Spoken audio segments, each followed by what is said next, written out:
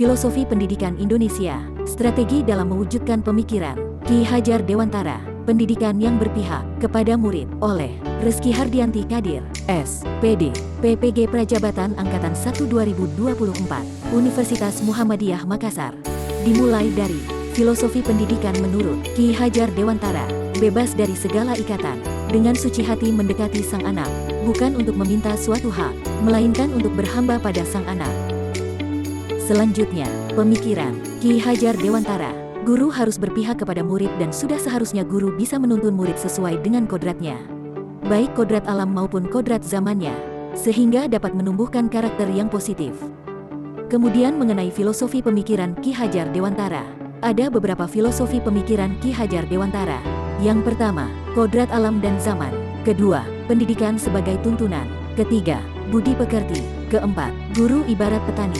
Kelima, berhamba pada anak. Dan keenam, prinsip bukan tabula rasa. Berikut penjelasan mengenai kodrat alam dan zaman. Kodrat alam berkaitan dengan sifat dan lingkungan di mana peserta didik berada.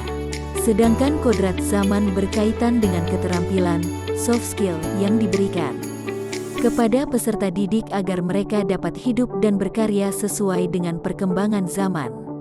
Kodrat alam yang dimaksud adalah kekuatan, potensi, atau keadaan diri yang secara alamiah melekat pada diri masing-masing peserta didik. Kodrat zaman adalah kekuatan, potensi, atau keadaan diri yang berubah sesuai dengan kondisi sosial, budaya masyarakat, atau perkembangan zaman.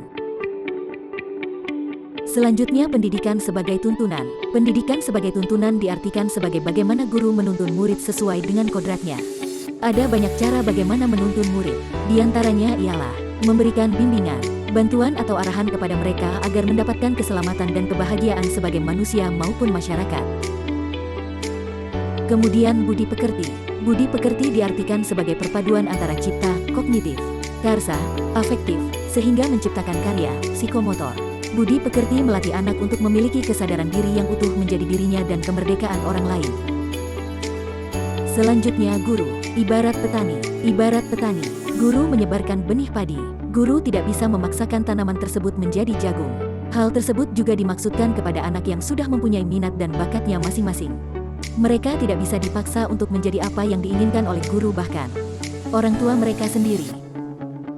Kemudian, berhamba pada anak. Pendidikan yang berhamba pada anak menekankan pada minat dan bakat, kebutuhan, dan kemampuan individu dengan menghadirkan model dan metode belajar yang menggali motivasi untuk membangun kebiasaan anak menjadi pembelajar sejati yang merdeka.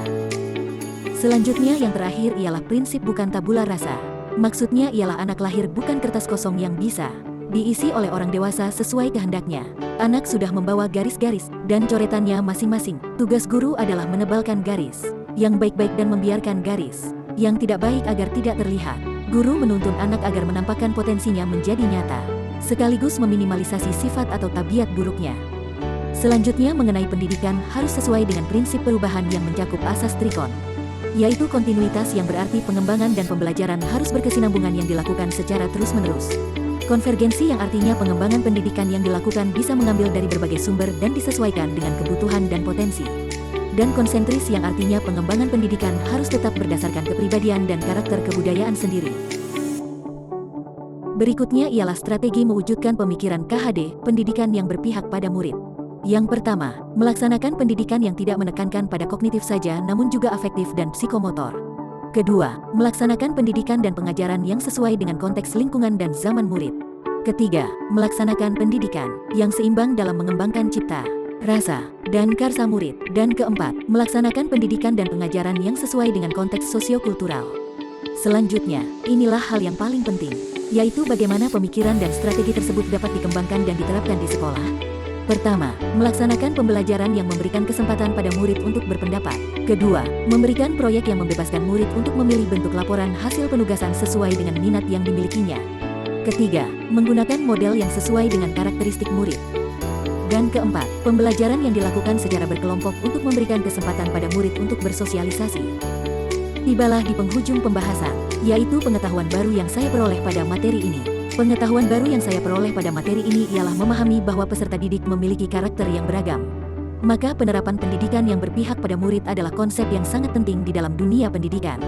Pendidikan yang berpihak kepada murid bukan hanya tentang mentransfer ilmu pengetahuan tetapi juga tentang pembentukan karakter, memahami kebutuhan individu, dan menciptakan lingkungan yang mendukung pertumbuhan peserta didik. Thanks for watching. See you in the next video.